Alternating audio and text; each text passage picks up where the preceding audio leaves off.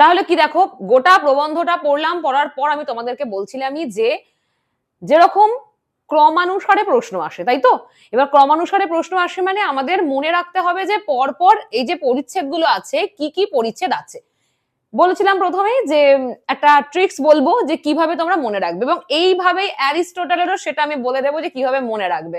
তাহলে দেখো, এটা আমার সাথে সকলে বলো একসাথে, যে প্রাচ্য ধর্মে সশরীরে পোশাক পরিয়াহার, বেশ রাজনীতি পাশ্চাত্যে ইউরোপ পারি পরিমাণ আর, সমাজ দেবতা দুইটা তার উভয় মিলে সার।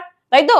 এবার আমাদের কি হয় যে আমরা সবসময় এটা জানি যে আমাদের যেগুলো মিল, হ্যাঁ মিল দেওয়া যে কাব্য, সেগুলো আমাদের পড়তে একটু সুবিধা হয় এবং আমাদের মনে থাকে সাধারণত।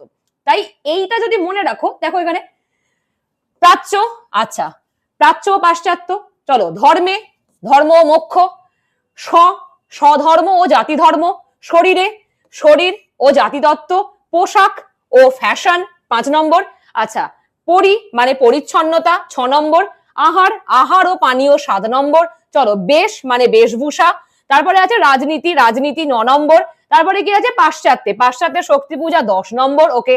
তারপরে কি আছে ইউরোপ, ইউরোপের নবজন্ম আছে, তারপরে পারি, পারি ও ফ্রান্স আছে, তারপরে কি আছে পরিমাণ, পরিমাণ বা 13 নম্বর আছে, তারপরে আছে সমাজ, সমাজের ক্রমবিকাশ, তারপর দেবতা, দেবতা ও অসুর, তারপরে দুই জাতির সংঘাত, তারপর তাতার জাতি, তারপরে উভয়, তাহলে উভয় সভ্যতার তুলনা।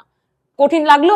একদম সহজ, কারণ এরকম আমাদের পরপর আসে তো, যে এরকম ধরো 4টে দিয়ে দেওয়া হলো, এবার 4টে তো একভাবে দেওয়া হবে না, এটা হয়তো 1 দেওয়া হলো, এটা হয়তো 3 দেওয়া হলো, এটা হয়তো 2 দেওয়া হলো, এটা হয়তো 4 দেওয়া হলো, বলবে সাজাও ক্রমানুসারে 1 2 3 4। তোমার কি করে মনে থাকবে? এইটাকে মনে রাখবে তুমি, এটা মনে থাকবে তোমার। এটা আমি তোমাদের নোটের মধ্যে দিয়েও দিয়েছি। আর এইভাবেই প্রত্যেকটা, দেখো সবসময় একটা কথা আমি বলি যে স্মার্ট ওয়ার্ক করতে হবে, ঠিক আছে? কারণ তুমি হয়তো এইটাও মুখস্থ করতে পারবে, কিন্তু তোমার এইটা মুখস্থ করতে যতটা টাইম লাগবে তার থেকে এইটা অনেক সহজে হয়ে যাবে। তাই আমাদের স্মার্ট ওয়ার্ক করতে হবে অল টাইম।